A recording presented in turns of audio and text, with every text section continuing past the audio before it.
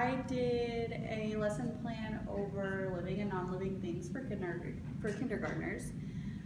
For the whole unit, students will be able to tell the differences between living and non-living things, and based on their prior knowledge, they should know what plants and animals are. For the standards, I picked a couple of well-rounded standards for like an overall kind of thing, so students will be able to analyze and interpret data. They can construct and perform investigations, and then for a specific one, I chose to be able to describe and compare the physical features of common living plants and animals.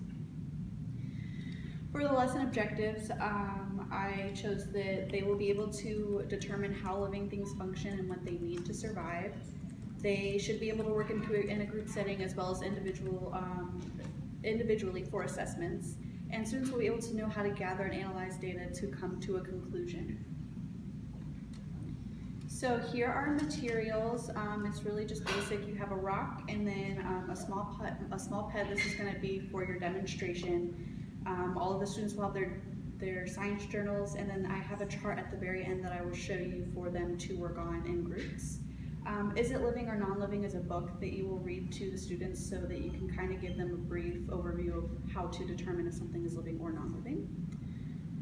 To start, you'll just place a rock and a small animal on the table. I don't know why I would have a random small animal, so I'll just put like a little stuffed animal, I guess, on a table, and we're going to explore what makes something living, what makes something non-living. So as a class, you'll go through and you'll talk about how you determine what's living. So as humans, we are living, and I'm sure that kindergartners should know that we are living. So we kind of go through and think about what it takes for us to survive, what we need as human beings. And we kind of push that on to classify other things that are living around us.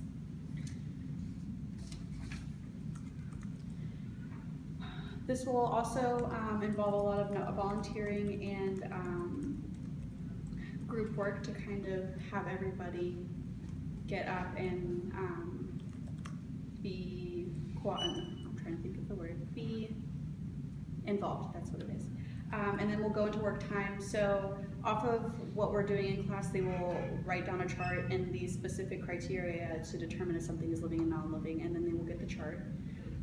For a lot of differentiation and instructional strategies, for those that do need more of a challenge and they decide to finish early, you can have them come up with their own living and non-living things.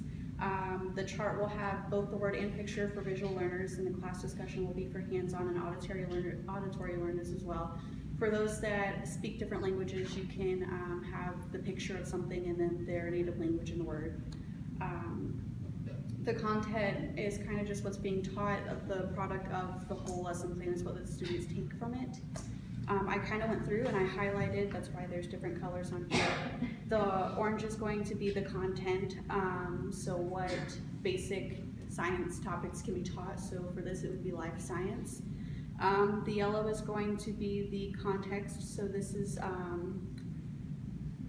so there's this right here, by them being interactive and being able to, what they can apply to their lives. And then for green, it's our critiques, so that's what they can use to have a deeper knowledge of what you're being taught. Thank you. Do we have any questions?